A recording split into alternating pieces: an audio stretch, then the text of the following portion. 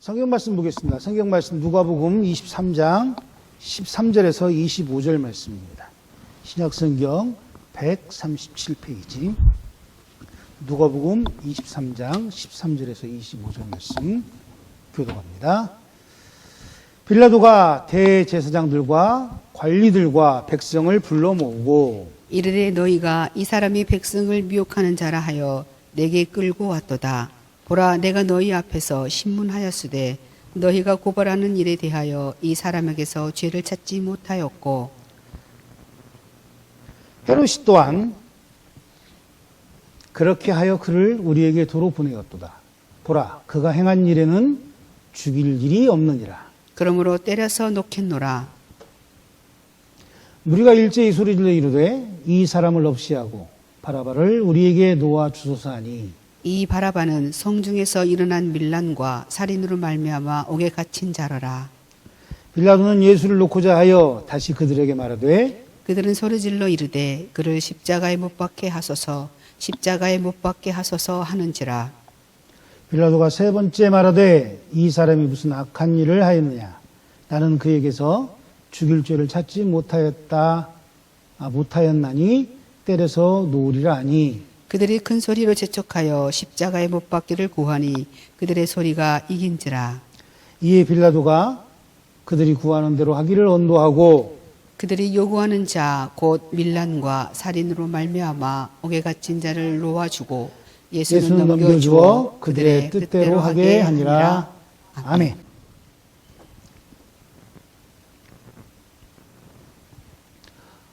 나라가 많이 흉흉합니다. 어제는 서른굿이나 동시다발로 산불이 나가지고 가장 큰 산불인 경상도 지역에서는 4분이나 돌아가셨는데 아무튼 믿는 사람들이 조금 더 기도해야 될 시간이 되지 않았나 싶어요. 목사로서 얘기 드리는 거예요. 목사로서. 목사가 할 수 있는 게 사실 기도밖에 없거든요. 선동을 하거나 끌고 다닐 수 있는 사람이 목사가 아니고 목사는 기도밖에 할 수 있는 게 없다 보니까 안타까워도 우리가 좀 더 조심하고 좀 더 주의하면 좋겠습니다. 좀 사순절 기간이니까 분위기를 바꿔서 우중충하게 가야 되나요? 사순절 기간에는? 한 가지 여쭤볼게요. 성경에 나오는 인물 중에 가장 평범하면서도 가장 악한 사람으로 지금까지 많은 사람들에게 이름이 불리는 사람이 있어요. 누구일까요? 예수님과는 아무런 관련이 없고 하나님과도 아무런 관련이 없지만 예수님과는 엄청난 관련이 있고 하나님과는 또 뗄래야 뗄 수 없는 관련이 있는 사람. 누구일까요?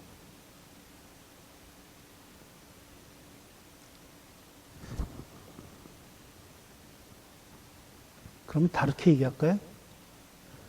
예배 시간마다 이름이 불려지는 사람. 누구일까요? 예수님은 예수님과 관련이 있죠. 하나님과 관련이 있고. 예수를 알지 못하는 사람이 아니잖아요. 누구일까요? 좀 어렵죠. 그런데 여기서 조금만이라도 지혜가 있는 분이라면 본문 말씀을 보면 참 빨리 알 수 있습니다. 빌라도에 대한 얘기입니다. 재판정에 끌려올 때까지 예수에 대해서 듣기는 들었어도 관심이 없었던 로마 사람이에요. 하나님의 왕이든 유대의 왕, 아니 하나님 나라의 하나님의 아들이든 이스라엘의 왕이든 만유의 구주이든 아무런 관련이 없는 전혀 궁금하지도 않고 그저 로마에서 섬겼던 신 중에 그냥 유대 한 신의 아들이라고 하는 사람의 이름으로 예수를 기억했던 사람일 거예요. 그런데 오늘 그는 전 세계가 예배를 드릴 때 너무 거창한가요? 신앙 고백하는 사도신경을 암송하는 모든 사람들의 입술에서 주일날마다 어떻게 되죠? 저주의 이름으로 기록됩니다. 어떤 사람으로? 예수님을 죽인 사람으로. 사실 가룟 유다가 예수를 죽였나요? 아니, 가룟 유다란다. 빌라도가 예수님을 죽였나요? 아니죠. 빌라도는 무슨 일을 했죠? 판정을 했을 뿐이에요. 재판. 오늘 본 말씀이 그렇습니다. 13절부터 우리가 쭉 읽어보면 빌라도가 세 번째 묻습니다. 빌라도가 대제사장들과 관리들과 백성들을 불러 모으고 이렇게 얘기합니다. 너희들이 말하는 이 사람, 너희들이 내 앞에 세운 이 사람이 너희들을 미혹하는 자라고 내게 끌고 왔지만 내가 어떻게 골방에서 신문한 게 아니고 로마 사람 앞에서만 신문한 게 아니고 지금 대제사장과 관리들과 백성들 앞에, 서기관들 앞에서 신문했던 것처럼 너희들이 내게 고발한 모든 것이 이 사람에게 해당된다, 안 된다? 죄를 찾지 못했다라고 14절에 얘기합니다. 그리고 15절에 말합니다. 헤롯 또한 너희들이 고발한 그 부분에서 죄를 찾지 못했기 때문에 저 예수를 내게 다시 보냈다라고 말하죠. 그렇죠? 그러면서 얘기하죠. 그를 죽일 죄를 찾지 못했다라고 얘기합니다. 그러면서 16절에 그러므로 내가 그를 태형 때려서 내보내겠다고 말합니다. 17절은 없습니다. 그런데 저 17절은 여기 마태복음 27장 17절에 보시면 나와 있어요. 추론이에요. 사공간복음을 이렇게 시간별로 이렇게 하다 보면 17절이 이 17절과 흡사합니다. 뭐라고 나와 있냐면 그들이 모였을 때 빌라도가 물어 이르되 너희는 내가 누구를 택하여 놓아주기를 원하느냐? 바라바냐? 그리스도냐? 이게 17절 비어있는 이야기입니다. 그렇게 했을 때 아까 우리가 봤던 17절 비어있고 18절로 넘어가서 18절이 이해가 되는 거죠. 바라바냐 그리스도냐라고 말할 때 18절에 무리가 어떻게 해요? 일제히 소리질러 그리스도를 없이 하고 바라바를 우리에게 놓아달라고 얘기합니다. 근데 이 바라바는 어떤 사람이라고요? 이 바라바는 밀란과 살인으로 옥에 갇힌 사람입니다. 예수님의 죄가 뭔지 아십니까? 왜 고발당했는지? 예수님의 제목은 세 가지였어요. 세 가지. 그 세 가지가 어떤 거냐면 첫 번째 예수님의 죄가 고발된 내용 중에 첫 번째가 뭐냐면 백성을 미혹해 했다고 얘기했습니다. 백성을 어떻게? 미혹한 죄. 두 번째, 가이사에게 세금을 내지 말라고 얘기한 죄. 기억나시죠? 가이사의 것은 가이사에게, 아버지의 것은 아버지에게. 해당이 없죠. 첫 번째, 두 번째, 세 번째. 세 번째죠. 세 번째는 뭐냐면 자칭 그리스도라고 얘기한 거예요. 하나님의 아들이라고 말한 거예요. 첫 번째, 두 번째는 사회의 죄입니다. 그런데 세 번째 죄는 뭐죠? 신성모독이 되는 거죠. 종교와 관련이 되어 있죠. 그러니 헤롯도 첫 번째, 두 번째, 세 번째에 대해서 죄를 찾지 못했고 빌라도도 첫 번째, 두 번째, 세 번째에서 죄를 찾지 못했던 거예요. 그래서 때려서 놓아주고자 한다라고 얘기했을 때 사람들이 얘기합니다. 왜 그리스도를 놓아주느냐라고 말해요. 잘 아시는 것처럼 왜 백성들이 그렇게 일제히 얘기할 수 있었죠? 바라바를 놓아주라고. 그리고 이 바라바를 놓아준 이유가 뭐죠? 결정적으로? 바라바를 놓아준 결정적인 이유는 22절, 23절 바라바를 놓아주고 그리스도를 뒷바퀴를 요구하는 그들의 소리. 그리고 그들의 소리가 바로 백성들의 밀란으로 연관될 수 있다라는 두려움에 빌라도는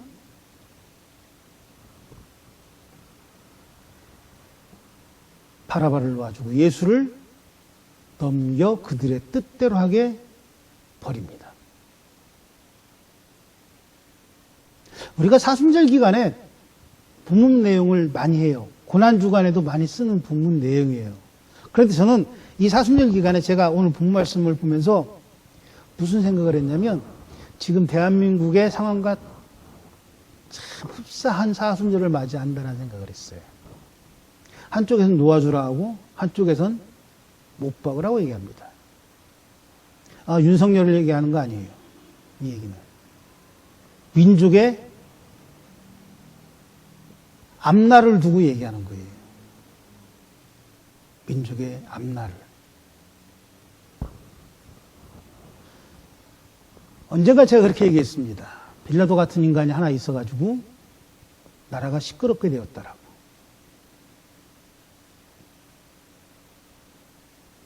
공부 잘해서 시험 잘 보고 시험 잘 봐서 세금으로 월급 받는 위치에 올라간 한 인간이 잘못 판단했거나 아니면 자기의 양심을 속이거나 아니면 자기가 살 길을 찾아서 희한한 행동을 하나 함으로써 지금 더 2주째 대한민국은 혼란 속에 빠져 있어요. 그런데 거기에서 대한민국을 못 박으라고 소리 지르는 인간들도 예수쟁이고 대한민국을 풀어달라고 이야기하는 것도 예수쟁이에요. 아이러니하지 않습니까? 왜 그럴까요?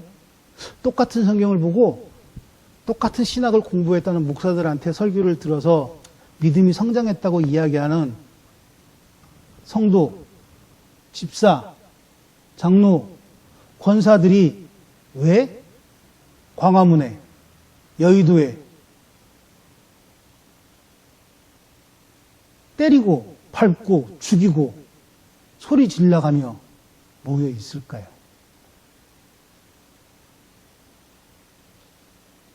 오늘 본문 말씀에서 누가복음 23장 12절은 그렇게 얘기합니다. 뭐라고 얘기하냐면 헤롯과 빌라도는 어떤 사람이었냐면 원수였어요. 원수. 예수님의 재판의 결과를 내기 전까지는 원수로 지냈던 사람이에요. 그런데 어떻게 해요? 당일에는 서로 친구가 되었다라고 기록합니다. 그 이야기는 뭐예요? 예수 죽이기에 합의를 봤다는 얘기예요. 원수지간일지라도. 그런데 왜 합의를 봤을까요? 합의를 본 이유가 뭘까요? 성경 말씀대로 그가 찍찍을 맞음으로 우리가 뭐 죄를 낳았다 이 얘기를 이루기 위해서요? 맞습니다. 그런데 더 중요한 건 뭐냐면 예레미야 17장에 나와 있는 말씀처럼 한번 보세요. 여호와께서 이와 같이 말씀하시니라. 무릇 사람을 믿으며 육신으로 그의 힘을 삼고 마음이 여호와에게서 떠난 그 사람은 저주를 받을 것이라 라고 얘기합니다. 그죠? 저주를 받는데 어떻게 받는다고요? 사막의 떨기나무 같아서 좋은 일이 오는 것을 보지 못하고 광야에 건조한 곳, 사람이 살지 않는 땅에 살 수밖에 없다라고 말합니다. 이게 사람을 믿으며 육신의 그 힘을 삼고 마음이 하나님에게서 떠난 사람이 사는 모습입니다. 돈을 못 벌게 한다는 저주가 없어요. 일찍 병들어 죽을 거란 저주도 없어요. 그러나 하나님께서는 이렇게 말씀하십니다. 그는 좋은 것이 그에게 들어오는 것을 볼 수가 없을 것이고 그가 사는 땅은 건조하고 메마르고 척박하고 사람이 살지 않는 땅에 살 것이다라고 선포하십니다. 그리고 7절에 말씀하십니다. 하지만 무릇 여호와를 의지하고 여호와를 의뢰하는 그 사람은 복을 받는데 어떤 복을 받느냐면 물가에 심어진 나무가 그 뿌리를 강변에 뻗치고 더위가 올지라도 두려워하지 아니하며 그 잎이 청정하고 가무는 해에도 걱정이 없고 결실이 그치지 아니함 같을 것이다라고 말씀하십니다. 하나는 사막에, 하나는 비옥한 땅에 거하는 기준이 뭐라고요? 사람의 마음을 의지하느냐, 하나님의 마음을 의지하는 차이라고 말씀하세요. 그리고 9절 말씀에 말씀하십니다. 만물보다 거짓되고 심히 부패한 것은 뭐라고요? 마음이라고. 그 마음을 누가 알겠냐마는 하나님께서 어떻게 심장을 살피시고 폐부를 시험하시고 그 행위와 그의 행실대로 갚아주실 것이라고 말씀하십니다. 지금 당장은 내 집안을 위하여, 내 아이들을 위하여, 나의 명예를 위하여 내가 하나님을 등지면 하나님께서 모르시리라 생각하지만 하나님은 다 기억하십니다. 멱살을 잔다는 미친놈이나 자식 새끼를 권력의 중심부로 밀어놓고 싶은 목사라는 흥분해서 딴 얘기가 나올 뻔했습니다. 목사라는 사람의 행위에 하나님은 절대로 주저하지 않으신다는 거예요. 암살이 성공했으면 좋겠다고 말하는 미친 목사나 밟아야 되고 죽여야 되고 때려야 된다는 배움 없는 목사들의 그 입술 또한 하나님은 언젠가 인두를 주둥이에 쳐다버릴 것입니다. 성경 어디에도 그따위로 말하라고 목사를 세운 적은 없습니다.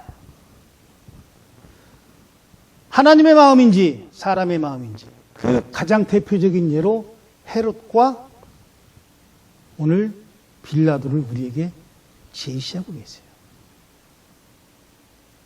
백성들이 얘기합니다. 뭐라고요?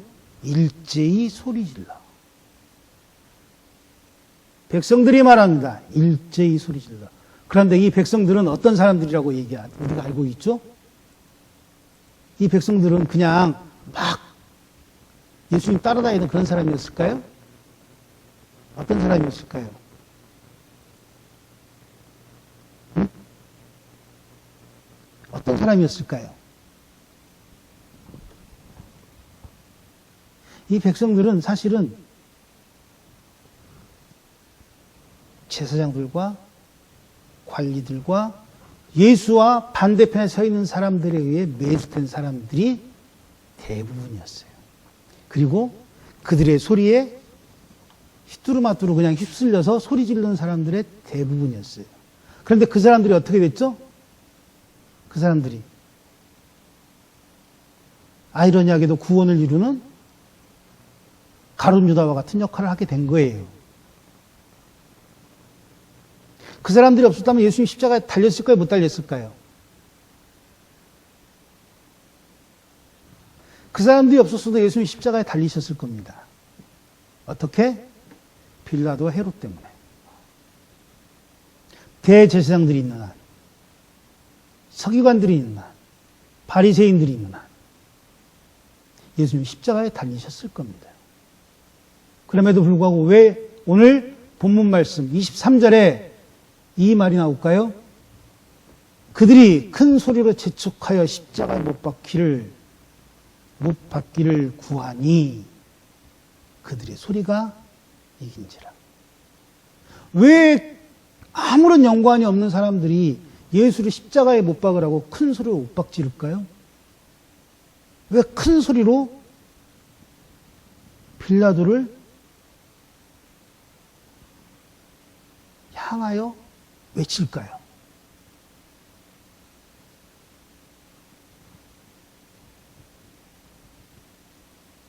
예수님의 구원을 위해서?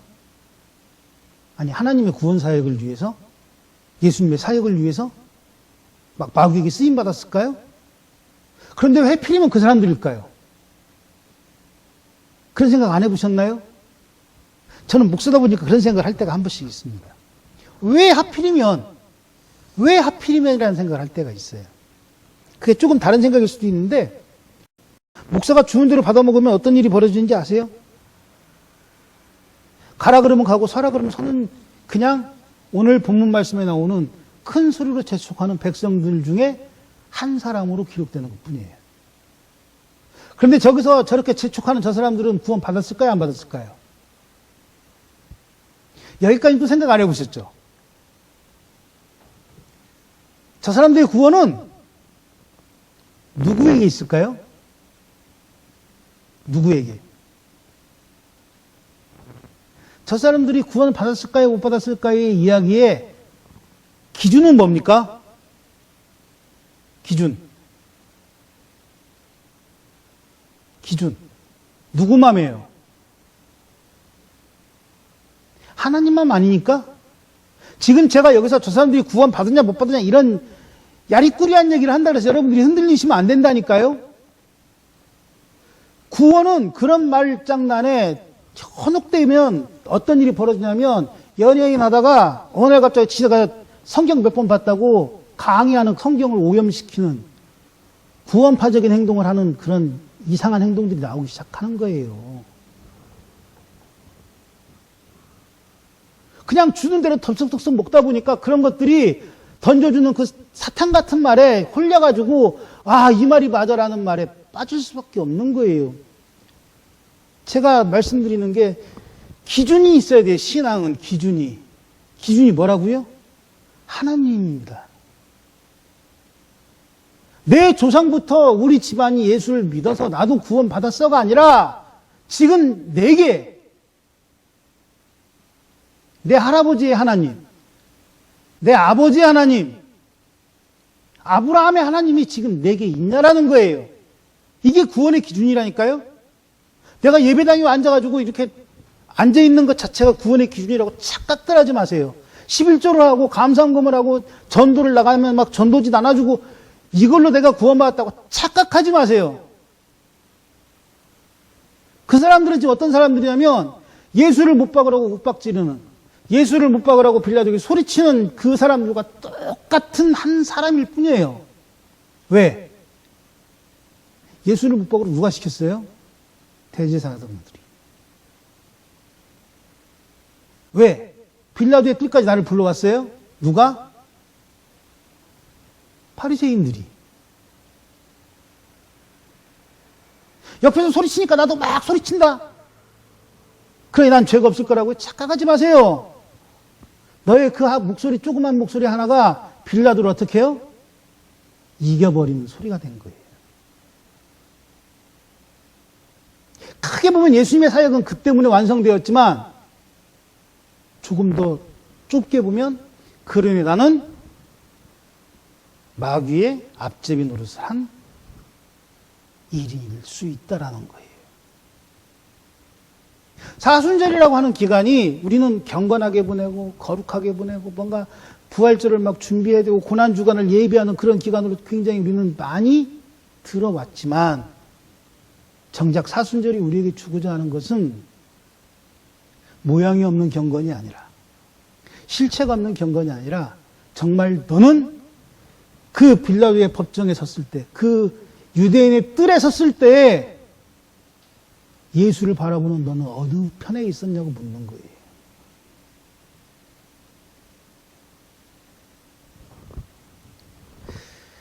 우리는 공부 잘하고 말 잘 듣고 좋은 대학에 가면 뭐든지 다 만능일 거라고 생각하는 그런 생각을 하며 살았습니다. 저희 때만 해도 서울대학교에 나오면 그의 인생은 탄탄대로 고속도로였어요. 고속도로. 어디에 가서든지 그냥 이력서 한 장만 넣어도 다 취직되고 보통 사람들이 사는 거 평균 이상으로 살아가는, 그래서 길을 쓰고 서울대를 가려고 그 교복을 한번 입어보겠다고 그렇게 애를 썼어요. 그렇게 살아온 지 지금 제가 벌써 이제 거의 한 60년 돼 가니까 제가 철들고 나서 제일 좋은 학교는 서울대학교, 제일 좋은 학교는 육군사관학교.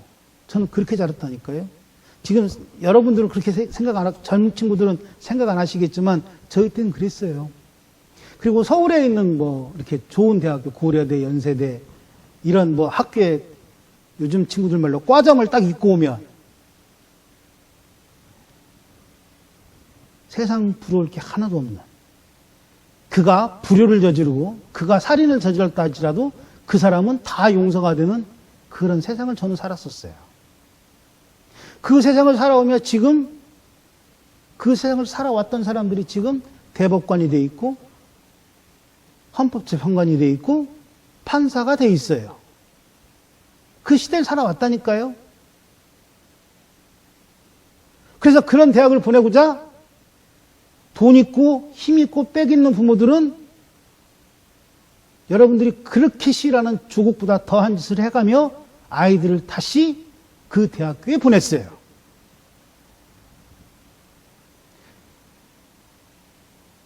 돈만 있고 아무것도 힘이 없으면 그래서 외국으로 유학을 보냈던 거예요. 더 좋은 게 뭔지 좋은 게 아니라 그 비등한 예로 지금도 마찬가지잖아요. 외국에서 외국 생활하다가 한국에 와서 대학교 시험을 보려면 어떻게 보죠? 대부분이 서울 쪽에 있는 학교로 다 갈 수 있습니다. 무슨 전형? 자녀 전형으로 다 갈 수 있어요. 여기서 12년 내내 대한민국의 그 정말 척박한 교육 환경에서 공부해가며 서울에 있는 학교를 가기 위해, 요즘 친구들 말로 인서울 하기 위해 그렇게 아둥바둥 애쓰는 친구들보다 외국에서 12년 살았다가 한국에 와서 대학교 원서 쓸 때는 좋은 대학교의 원서를 서슴없이 넣는 그런 결과를 지금도 만들고 있잖아요. 그게 여러분들 잘못이라 저희 세대 잘못이라니까요. 아니, 저희 세대 잘못이 아니라 저희 윗세대 잘못이에요. 그 윗세대 잘못이 아니라 1945년 해방 이후로 들어온 이승만이 같은 개념 없는 한 인간이 대통령이 되면서 만들어놓은 웃기는 체계가 된 거예요. 그래서 언제부턴가 화이트 칼라, 블루 칼라란 말이 요즘은 잘 쓰지 않지만 사회 전반에 딱 많이 내 있잖아요. 더울 때 시원한 곳에서 일하는 친구들은 공부 잘했던 친구, 부모 말 잘 듣는 친구, 우수한 친구. 더울 때 추운 곳에, 더울 때 더운 곳에, 추울 때 추운 곳에서 일하는 사람들은 공부 더럽게 안 하고, 무능하고, 뭔가 좀 사회적으로 뒤떨어진 사람이라고 어느 순간인가 스스로 인정하며 살고 있는 시대를 만들고 있잖아요.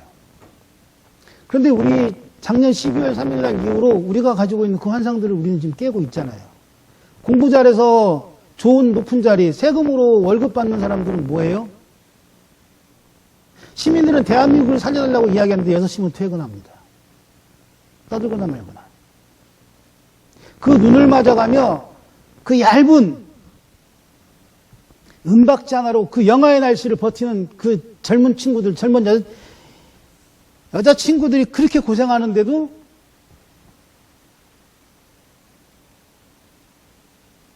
넓은 평수의 아파트에 보일러를 틀어가며 관심도 두지 않는 것들이 사회 지도층이라고 말합니다. 내란 이후에 대통령이 대행에 그 대통령 대행에 또 대행을 하는 대대행이 아니에요. 대통령의 대항일 뿐이지.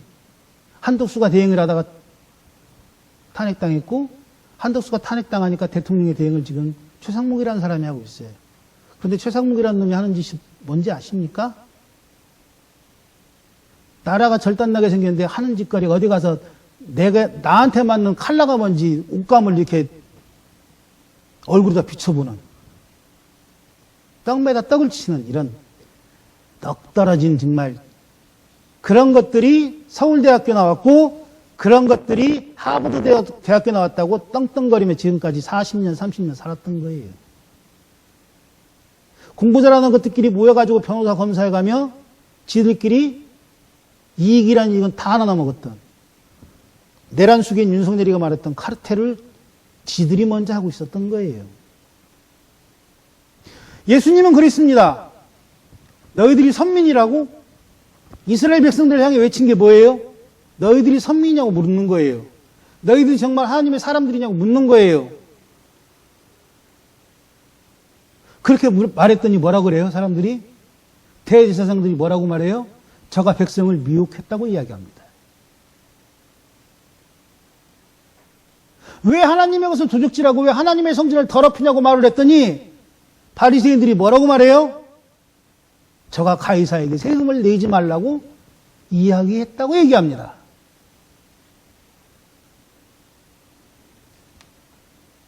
너희들을 출애굽시키며 아브라함의 하나님이, 모세의 하나님이, 여호수아의 하나님이, 다윗의 하나님이, 솔로몬의 하나님이 너희를 이곳까지 불러내 하나님의 말씀 앞에 다시금 돌아오기를 원한다라는 그 말씀 앞에 대제사장이란 것들이 한 짓이 뭡니까? 저가 하나님의 아들이라 거짓말한다고 고발합니다. 성경에 누누이 말하잖아요. 예수는 바로 그리스도시요. 그 그리스도는 누구라고요? 세상의 죄를 짊어지고 나아갈 어린 양이라고 말합니다. 하나님의 어린 양이라고 이야기합니다. 그가 메시아라고 말합니다. 그걸 달달달 외우고 이스라엘로 돌아가자고 말하는 많은 목사들한테 꼭 하고 싶은 게 그거예요.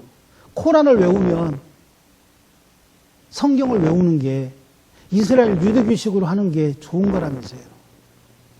근데 좋은데 뭐 하겠어요, 그들이. 성경을 외우면 뭐예요? 달달달달. 성경에 써있는 말이 무슨 뜻인지 모르는데. 지금도 대통령실에서 관저? 대통령 관저라 그러나요? 대통령이 잠자는, 지금 몇 놈 둘 다 있으니까. 그것들이 있는 곳에서 구약을 외운다는 그 미친 이사벨 같은 여자의 그 말에 나이 먹은 목사들이 쫓아가 좋다고 박수 쳐주던, 무당질을 하건 속껍질을 벗기건 남들을 저주하건 말건 그저 구약을 외운다는 그 말에 속아가지고 좋다고 쫓아갔던 그런 것들이 목사라고 지금 이 시대를 끌어가고 있는 거예요. 여러분들에게 말씀드릴게요. 지금은 예수를 십자가에 못 박는 시대가 아닙니다. 그러나 지금 이 시대에 정말 중요한 건 뭔지 아세요? 너희가 예수의 정신대로 살고 있냐라는 거예요. 차별법을 금지하니까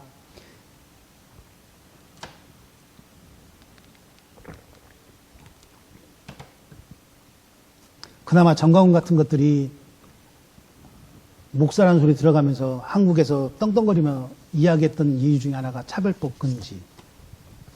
동성애를 말하면 잡아간다 그러고 전도라면 잡아간다 그러고 그런 거짓말에 속아 넘어가 한국교회를 살리는 길이라고 성조기 들고 다니고 일장기 들고 다니고 때려 밟아 죽여 암살을 성공하는 그 넉받은 짓을 하는 목사들이나 너는 뭐냐는 거예요. 지금 예수님이. 빌라도 앞에 서 있던 예수님은 딱 한마디만 하십니다. 성경 본문에 나와 있어요. 네가 그냐? 그렇다라고 끝내버리십니다. 한국교회를 향해 하나님께서 묻는 거예요. 지금 너희들이 예수 믿는 것이 믿는 것이냐고 묻고 있어요. 너희들이 그렇게 말하는, 너희들이 그렇게 반대하는, 너희들이 그렇게 소리 질러대는 그 소리가 빌라도 법정에서의 백성들의 소리와 무엇이 다르냐고 말씀하고 계십니다.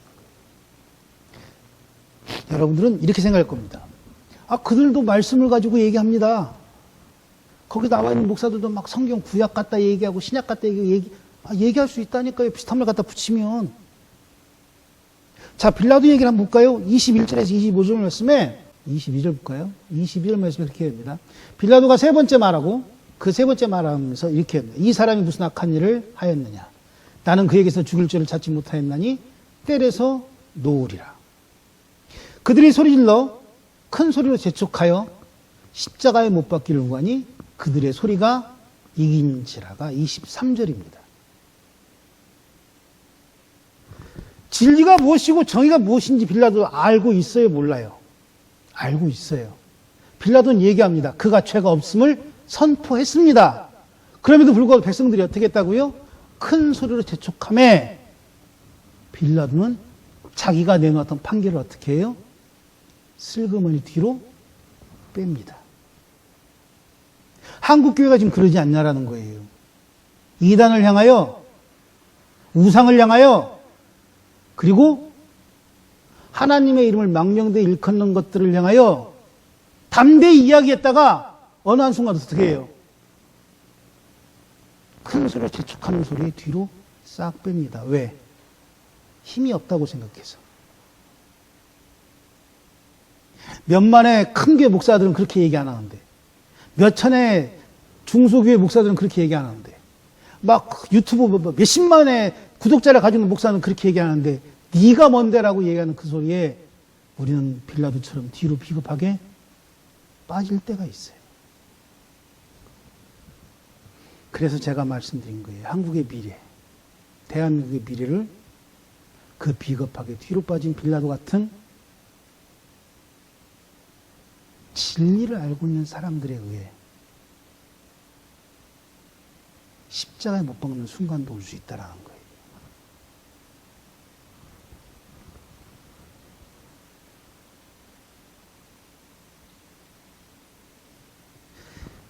참 안타까운 일이지만 우리는 그럴 때가 많습니다.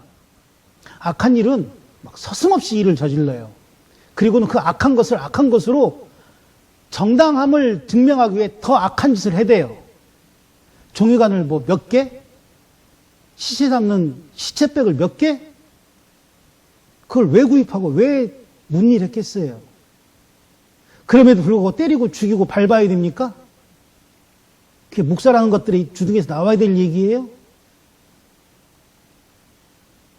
서로 반목하게 만들고 서로 미워하게 만들고 인간 이하의 무슨 짐승 취급을 하게 만드는 그런 말들을 강단에 서서 서스름없이 얘기하는 게 그게 목사냐고요.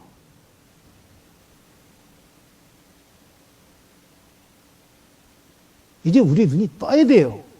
눈이 바뀌어야 된다니까요. 예전에 공부 잘하고 막 시험 잘 본 애들이 모든 걸 다 잘할 거라고 생각했던,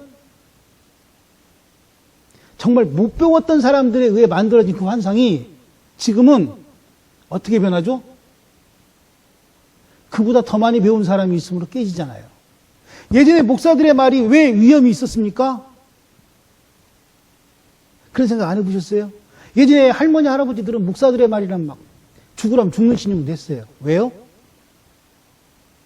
목사가 가장 많이 배운 사람 중에 하나였거든요. 대학교를 나와야 됐고, 대학원을 나온 사람들이 목사였으니까. 고등학교 졸업한 사람들이 대부분이던 시대에 대학교 나왔으면 어떻게 돼요? 그 사람이 가장 많이 배운 사람이잖아요. 대학교 나온 사람들 중에 대부분이 시대에 대학원을 나온 사람이 어떤 사람입니까? 그 사람이 많이 배운 사람일 거 아닙니까? 거기다 유학까지 갔다 왔대요. 그러니 어떻게 돼요? 모든 걸 다 그 사람에게 내가 맡기는 시대를 살아왔잖아요. 언제까지? 지금까지. 그러니 한국교회가 정체성도 없고, 한국교회가 비전도 없고, 한국교회가 하나님 앞에 어떤 방향으로 가는지 제시하는 사람이 한 명도 없는 시대를 살아왔던 그 민낯이 우리는 코로나 이후에 지금 다 드러나고 있잖아요.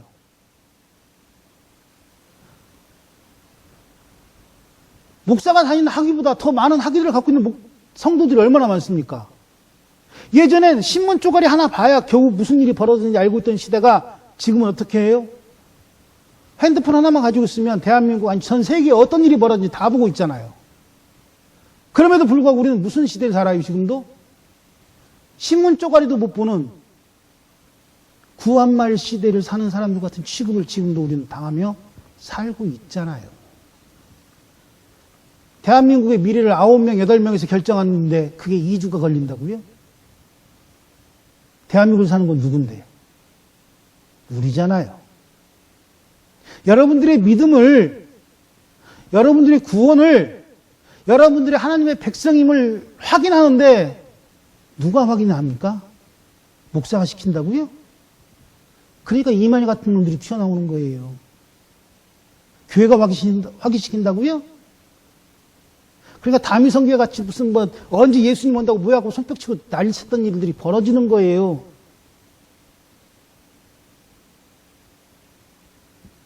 예수님을 십자가에 못 박으라고 소리 질렀던 그 인간들 중에 하나일지 아니면 그들 속에서 아니라고 말하며 항변할 사람으로 살아있을지 결정하는 기간이 사순절입니다. 사순절 지나면 고난주간 오고 고난주간 지나면 부활절 오니까 성찬해가지고 그 다음에 이제 맥추감사절 그 다음에 추수감사절 아니요. 그건 절기라니까요. 우리에게 절기가 있는 이유는 딱 한 가지예요. 그 절기에 너무 무엇 하는 거예요. 그 절기가 올해도 있고 내년도 있어요. 10년 후에도 있고 20년 후에도 있을 거예요. 아니 제가 하나님 나라 가고 난 다음에 100년, 200년 뒤에도 예수님이 오시지 않는 한 계속 있을 거예요. 그런데 지금 같은 절기를 계속 보내실 겁니까? 아니면 아까 제가 말씀드린 것처럼 소리 질렀던 그 사람들 중에 그나마 몇 사람은 예수를 믿고 하나님 나라 갈 사람들이 있었을 거예요. 있을 거예요. 저는 그렇게 얘기하고 싶어요. 그때는 그렇게 잘못했지만 내가 부활하신 예수님 십자가에서 흘리신 그 피를 그 피로 인해 내가 구원받았음을 고백하는 성도가 분명히 이들 중에 있을 거란 말이에요. 그것처럼 십자가에 흘리신 피로 다시 살아난 내가 이 사순절을 어떻게 살 것인지를 우리는 결정해야 된다는 겁니다. 무엇으로 결정하시겠습니까?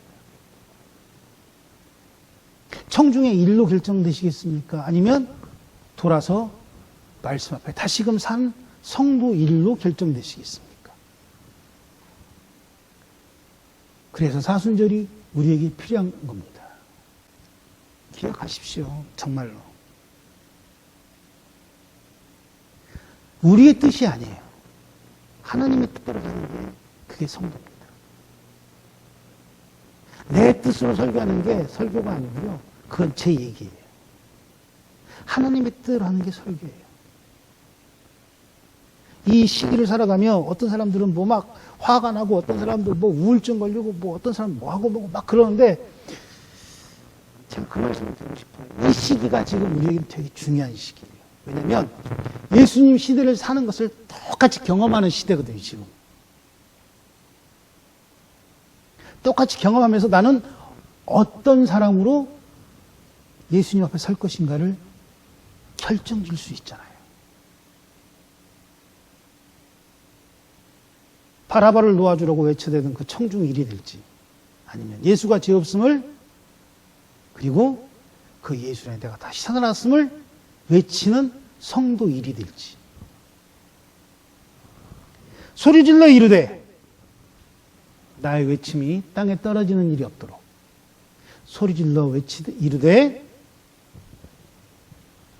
적어도 하나님의 뜻에 등 돌리며 살아가는 일이 없는 정말 성도로서의 삶을 살아가는 저와 여러분 되시기를 주님으로 축원합니다. 기도하겠습니다.